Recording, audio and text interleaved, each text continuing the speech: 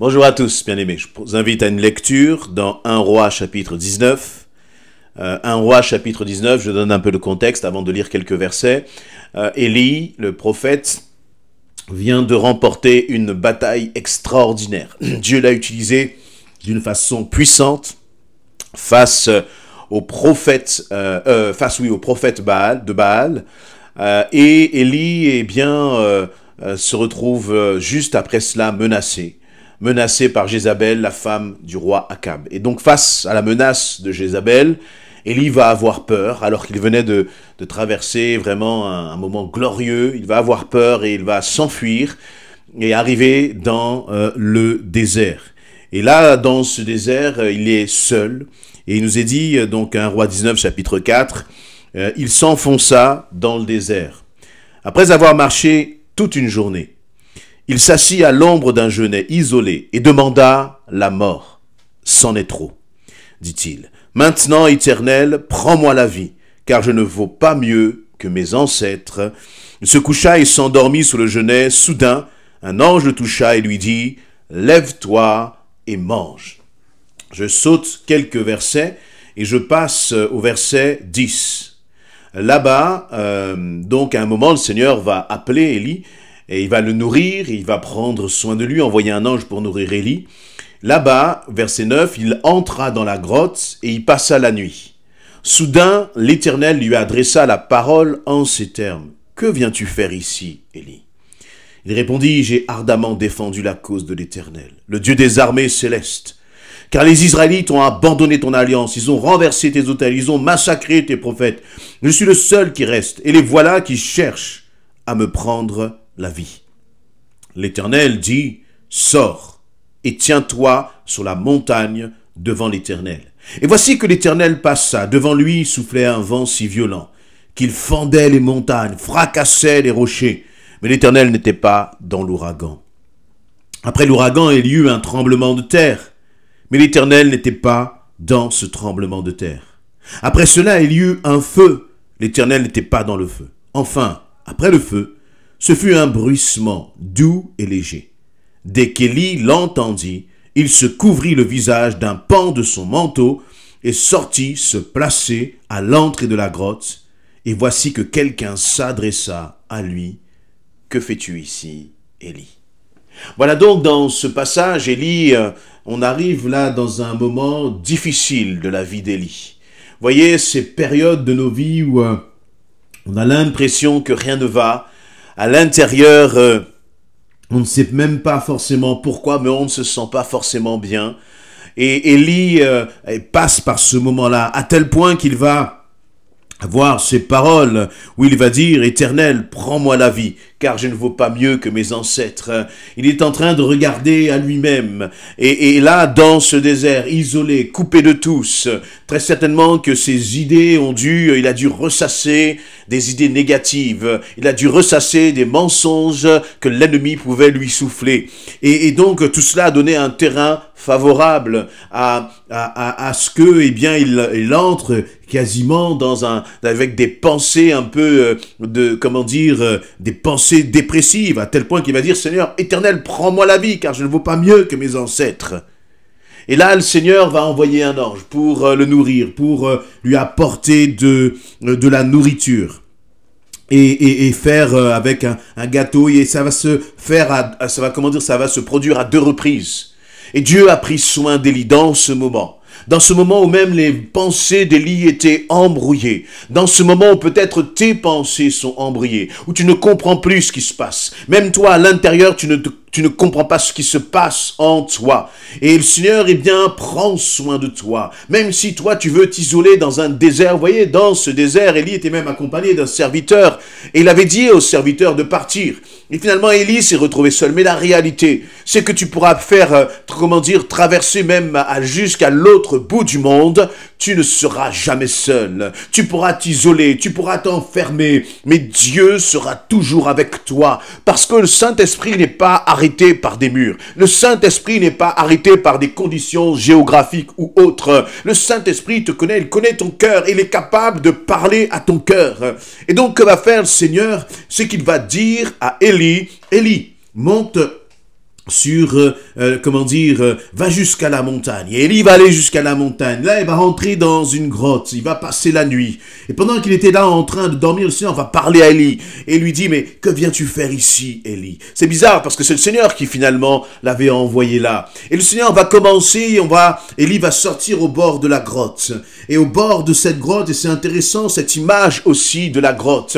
Quelque chose qui est sombre, quelque chose qui est froid, quelque chose qui représente aussi l'isolement ou la solitude. Mais le Seigneur va lui dire, sors de cette grotte, Élie, sors de là. Et Élie va commencer à sortir. Et là, le Seigneur va comme activer, un vent violent. Il y a un vent violent qui va souffler, puis une tempête, et puis il va y avoir un tremblement de terre. Et à chaque fois, la Bible nous dit que le Seigneur n'était pas dans ce vent violent, il n'était pas dans ce tremblement de terre, il n'était pas dans même ce feu-là qui va tomber comme du ciel. Mais par contre, il nous est dit que le Seigneur il y avait comme un bruissement doux et léger. Et lorsque Élie a entendu ce bruissement doux et léger, il s'est couvert le visage d'un pan de son manteau. Parce qu'il réalisait que ce bruissement doux et léger, comme ce murmure-là, eh bien, c'était l'Éternel qui parlait. Et j'ai été interpellé parce que je me suis dit, mais, et nous, et toi, entends-tu la voix du Seigneur qui te parle comme un murmure doux et léger? Il ne parle pas, le Seigneur ne manifeste pas sa présence à travers ce murmure à n'importe quel moment et dans n'importe quelle circonstance de la vie d'Élie. Finalement, le Seigneur parle, manifeste, souffle ce murmure-là, ce vent doux, au moment où Élie ne va pas bien.